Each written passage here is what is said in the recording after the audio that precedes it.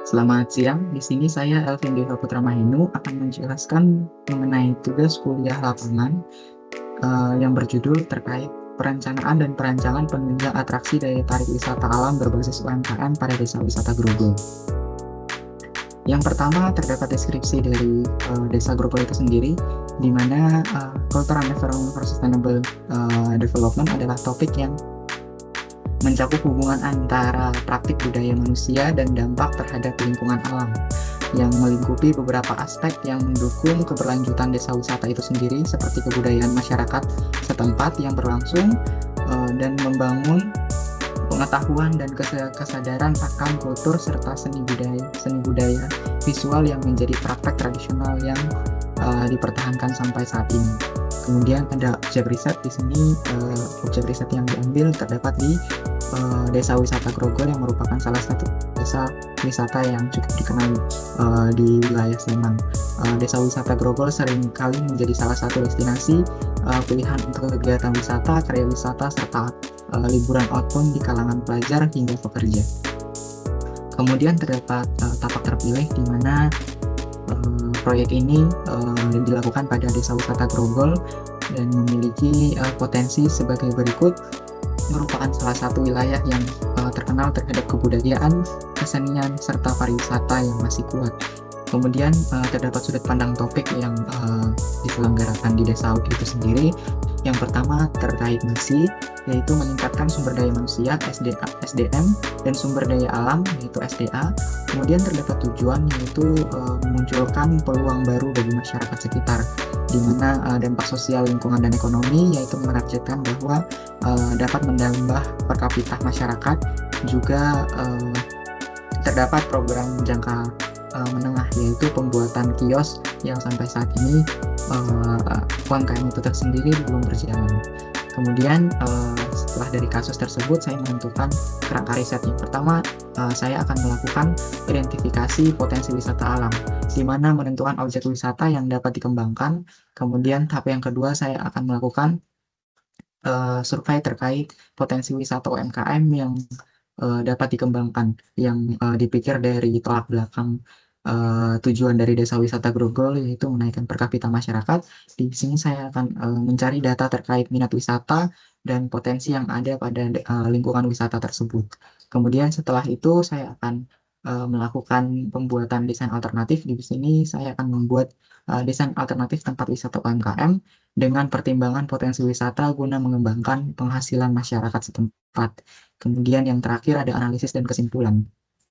Objek riset yang pertama terkait kondisi wilayah di sini, terkait perikanan, existing, dan pariwisata, di mana wilayah tersebut sangat dominan dengan ketiga poin tersebut. Kemudian ada gambaran kerangka pemikiran. Di sini kami melakukan wawancara bersama masyarakat desa dan pengurus. Kemudian ada gambaran lingkup spasial. Di sini yang dominan yaitu sumber pencarian dari perairan, kemudian dari kebudayaan. Kemudian penelusuran wilayah kami yaitu bahwa Desa Wisata Grogol didominasi dengan berbagai potensi seperti lahan hijau, pesisir sungai, dan wilayah padukuhan Grogol. Kemudian menentukan rumusan masalah, yaitu bagaimana perencanaan area komersil sebagai potensi wilayah Desa Wisata Grogol. Kemudian kami juga melakukan temuan data. Di mas ini kami melakukan pengumpulan data menggunakan kuesioner.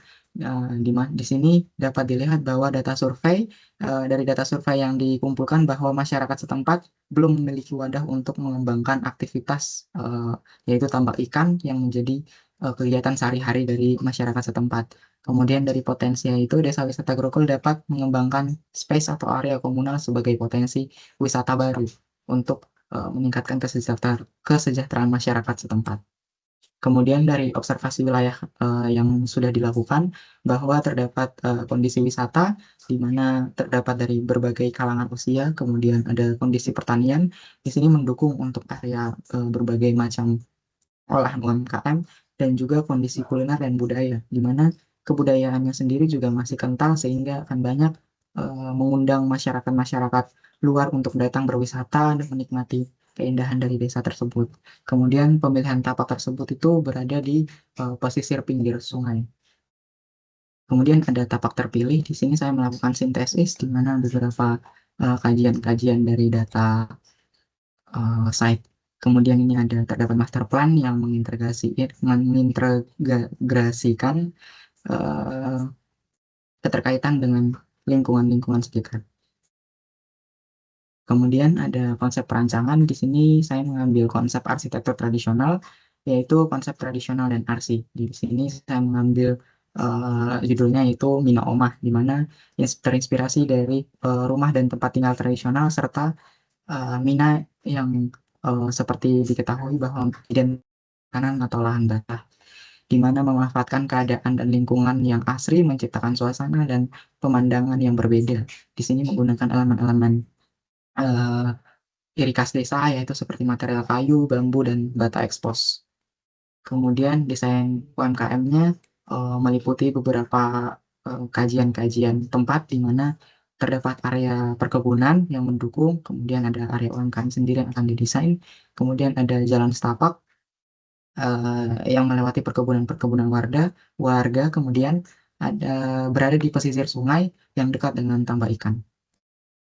Kemudian ini terdapat beberapa pembagian fungsi bangunan. Yang pertama terdapat restoran pemancingan yang terdapat dua bangunan di bagian belakang dan bagian samping. Kemudian terdapat beberapa alih fungsi bangunan yang berada di depan sebagai bangunan utama yang mencakup dapur, restoran, dan kasir.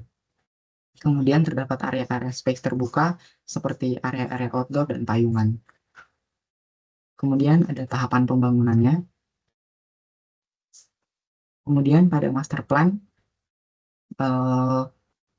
kami di sini saya juga membuat terkait site plan.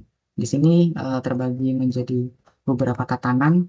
Yang pertama ada area kafe, bangunan utama, dan juga area pemancingan yang terletak pada dua bangunan ini.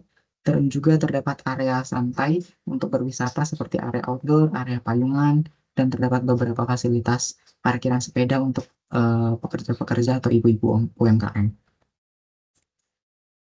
Kemudian ini adalah desain dari perancangan tersebut. Di sini adalah bangunan utama restorannya. Tidak semua orang datang untuk berwisata memancing, sehingga tempat ini juga dapat digunakan sebagai area formal. Kemudian terdapat area pemancingan. Kemudian terdapat area outdoor. Kemudian terdapat desain area payungan. Sekian dari saya, terima kasih.